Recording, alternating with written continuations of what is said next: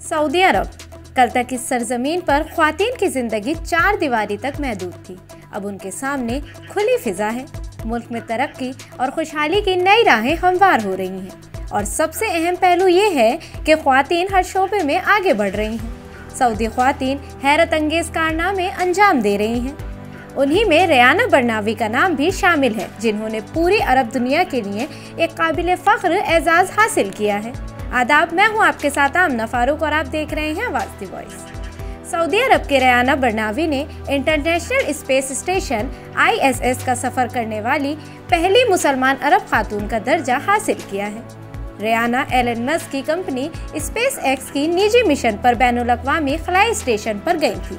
Mission Florida में NASA के Kennedy space centre से रवाना हुआ था, जो मजमूई तौर पर 4 अफराद पर मुश्तमिल था, जिसमें रेयाना बतौर रिसर्चर शामिल हुई थी। मई 2023 में इस मिशन की शुरुआत हुई थी। इस निजी खलाई मिशन ने बैनुल अक़वामी खलाई स्टेशन पर 1 हफ्ता गुजारा। मिशन का मकसद इंसानी खलाई परवाज में सऊदी अरब की सलाहियतों को बढ़ाना, इंसानियत की खिदमत और खलाई सनत की तरफ से पेश करदा उम्मीद अफजा मौक़ों से फ़ायदे उठाने के साथ साथ सेहत और खलाई टेक्नोलॉजी जैसे कई पहलुओं में साइंसी तकनीक में ताउन करना शामिल था। आपको बता दें कि रेयाना की पैदाइश 1988 में जद्दा में हुई थी और उन्होंने बायोमेडिकल साइंसेज में मास्टर डिग्री हासिल की। पेशे के लिहाज से छाती के कैंसर की मुहक्किक रेयाना ने खलाई और टेक्नोलॉजी के शोबे का मुताला किया है।